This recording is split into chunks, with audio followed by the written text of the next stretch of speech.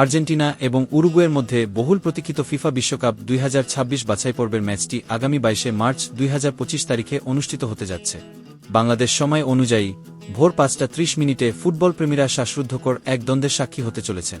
তবে আর্জেন্টিনা ভক্তদের জন্য দুঃসংবাদ হল, তাদের হৃদয়ের স্পন্দন লিওনেল মেসি, পাওলো দিবালা এবং লাউতারো মার্তিনেজ ইনজুরির কারণে মাঠে নামতে পারবেন না। এটি নিঃসন্দেহে দলের জন্য বড় একটি ধাক্কা, কিন্তু আকাশিসাদা বাহিনী লড়াই করতে প্রস্তুত। এই রোমাঞ্চকর লড়াই উরুগুয়ের রাজধানী মন্টেভিডিওতে অনুষ্ঠিত হবে, যেখানে দুই পরাশক্তির মধ্যে হাড্ডাহাড্ডি লড়াই প্রত্যাশিত। বাংলাদেশের ফুটবল প্রেমীদের জন্য দুঃখজনকভাবে এখনও নিশ্চিতভাবে জানা যায়নি ম্যাচটি কোনো চ্যানেলে সম্প্রচারিত হবে। তবে আশা করা যায় বিভিন্ন স্পোর্টস চ্যানেল বা অনলাইন স্ট্রিমিং প্ল্যাটফর্মে এটি দেখা যাবে। তাই চোখ রাখুন স্থানীয় টিভি তালিকা বা স্ট্রিমিং পরিষেবাগুলোতে, যেন এই মহারণ মিস না হয়। আর উত্তেজনা এখানেই শেষ নয়। আর্জেন্টিনা তাদের পরবর্তী লড়াইয়ে নামবে চিরপ্রতিদ্বন্দ্বী ব্রাজিলের বিপক্ষে 26 মার্চ 2025 তারিখে।